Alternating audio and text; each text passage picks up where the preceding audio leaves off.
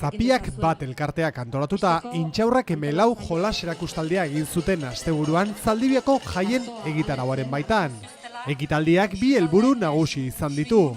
Batetik, emakume baserritarren ardurapean dauden lanak jendaurrean nabarmendu, eta bestetik, eginkizun horiek guztiak gizarteratu. Festatan herrikirolak eta hola hortako erakustaldik izaten die, eta Zaldibiako festatan planteu duna da lehia kutsuipeko beste erakustaldi mota bat. Indikeu, baserrin normalen emakumezkok hartu izan dituen ardurak eolanak.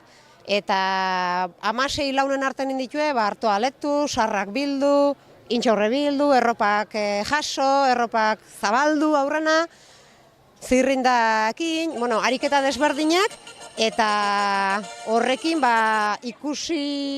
ikusiarazi nahi izan da, trontzan, aizkoran eta beste lan batzutan jendea ikusten oso ohituta gara erakustalditan, baina emakume baserrin itia zituen lanak oso garrantzitsuk dira eta maiz initian diena gainea.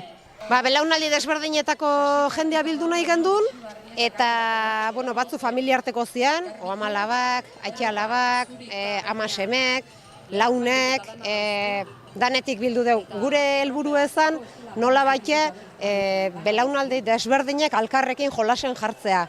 Ze bai festatan da bai festetatik kanpo iruditzen zaio gizartea nahiko zatikatuta bizi gehala. Umek-umekin, zarra-zarrakin, helduk-heldukin, eta nastea zan helburue. Nastea eta alkarrekin gauzakitea politia dela ikustea.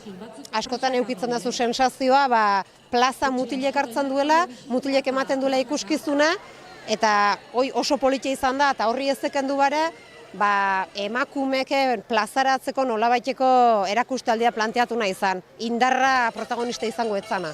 Zapia bat elkartea da antolatzailea, berez bertsozaletasune ikuspuntu feministatik lantzeko asmoz sortu zen, eta horrekatik hemen erakustaldin bukaeran eta indituen zirrindakin bertsoa osatu da, eta udaletxeko balkoien nengo erakusgai, nahi dona letu, nahi dona kanta festa guztietan zer.